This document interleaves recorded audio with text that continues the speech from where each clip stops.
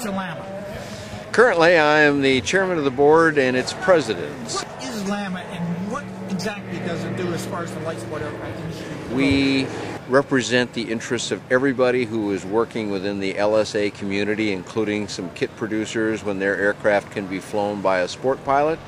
And we do a variety of different kinds of things, including auditing of companies that have passed or have won a Special Lightsport aircraft certificate or an LSA.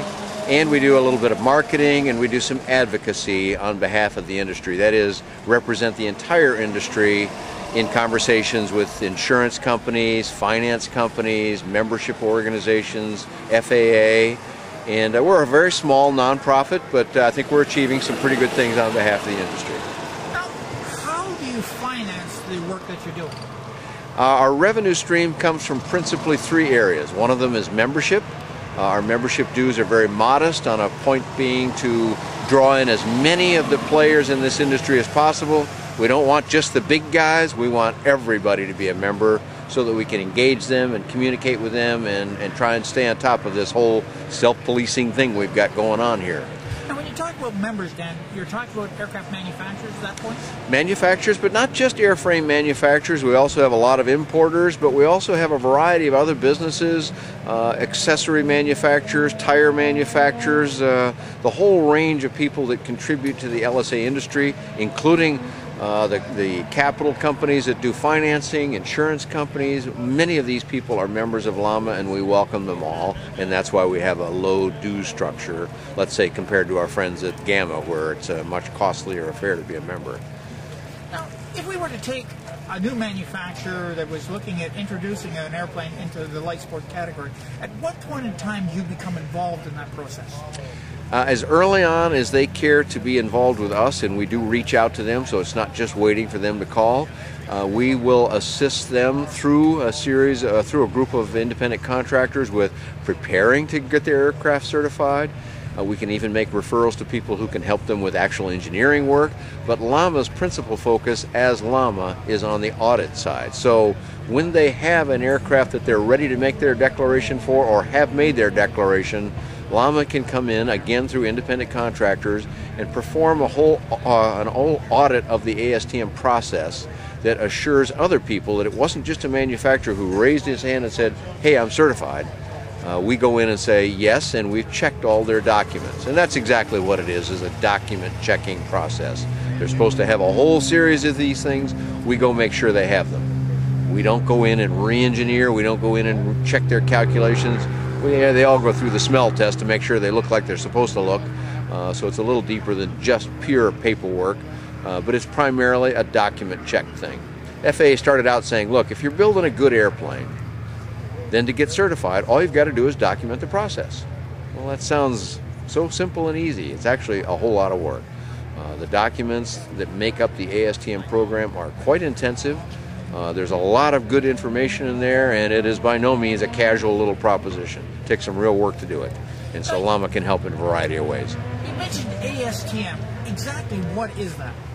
ASTM used to stand for some letters that they don't want it to stand for anymore because it's very international now. It's ASTM International. ASTM International, one of the easiest ways to describe it is every country in the world which has jet fuel and automobile fuel, which is every country in the world, all those fuels meet an ASTM standard. There is no government standard for automobile or jet fuel. Pretty important stuff.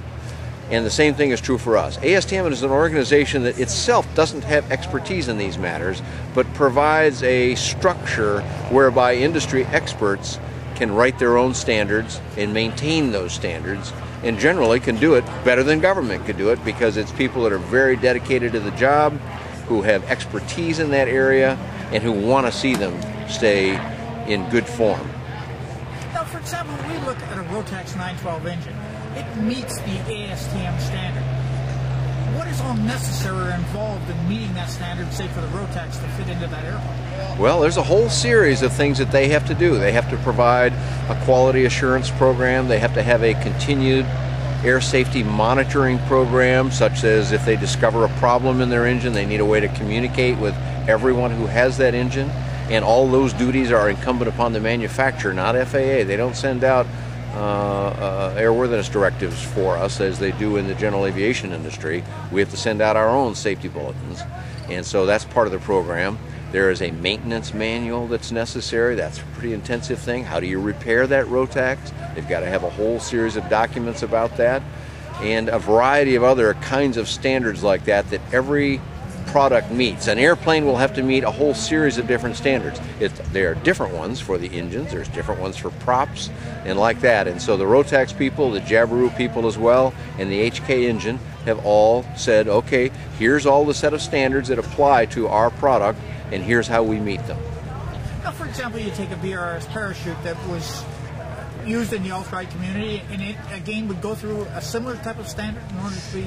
Exactly right. That's one I happen to have particular knowledge of. I helped create that standard, and I'm proud to say in that particular one that the ASTM standard for ballistic parachutes on Lightsport aircraft is every bit as good, and in some ways more detailed than the one FAA issues for general aviation aircraft. So there's a whole set of things that you have to do. That's been carefully reviewed by all players, not just the BRS company, but there are 2 European suppliers. They are all participants in the process.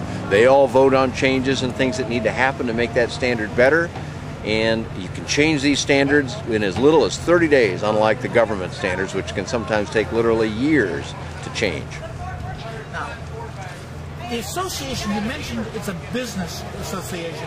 Does it promote the industry as well, or is it basically just in the what's involved in getting the airplane certified? It's much more than just the audit. The audit is probably our principal product because we think that's where we're doing a lot of good for the industry and for those looking at the industry. But we also do some co-marketing, industry-wide marketing. And the best example of this is the LSA Mall concept. Now, we work very closely at this show too. We're delighted to be partners with the Sebring Expo folks. They do a great job here. And LAMA has a role here. For example, we do document checks of airplanes and things like that. But we also go to places like Sun and Fun, where we have a wonderful LSA Mall right at the entrance gate. And it's not sales displays there, although of course they're allowed to do selling in that environment, but it's more of an industry showcase. And it says to people, look, we're the new kids on the block. There are Lightsport aircraft companies scattered all over Sun and Fun or all over AirVenture, and to go look at all of them, you're going to wear out some shoe leather to see them all. So we try and collect them all in one place where you can look at a bunch of them and then go, wow, that one and that one and that one look good to me. LAMA comes in, does its audit, and verifies that it is what they said it is, at least. And how do you know that we've done that? You know that because you can go up and look at an airplane, or you will be able to go up and look at an airplane, and if it's got a small sticker, we recommend they'll put it on the passenger entry side of the airplane that says this airplane has gone through an independent third-party audit, or words to that effect. And that way you can know that this airplane has gone through that.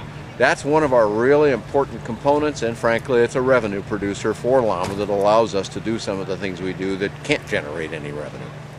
Now, where is LAMA physically located? LAMA is kind of a virtual organization. We are physically located in the winter months in the Daytona Beach area at a place called Spruce Creek. And the offices are frankly right in my home. And the other people that we have associated with it have their offices in different places. We communicate using all the marvelous electronic toys that we've got today. And that's basically how the organization works. So if somebody wanted to get in touch with you, what's the easiest way to do it? Best way I would say is go to lama.bz, that's LAMA.bz, Bravo Zulu, not B-I-Z, just BZ, and that'll get you the contact information and it'll get you right through to us. You can also see the members that we've got. You can read some things about what we're doing, and there's all the contact information. And for those that we'd like to invite as members, membership applications on that website as well. So lama.bz. Thank you very much for your time. Thanks, Dave. Appreciate it.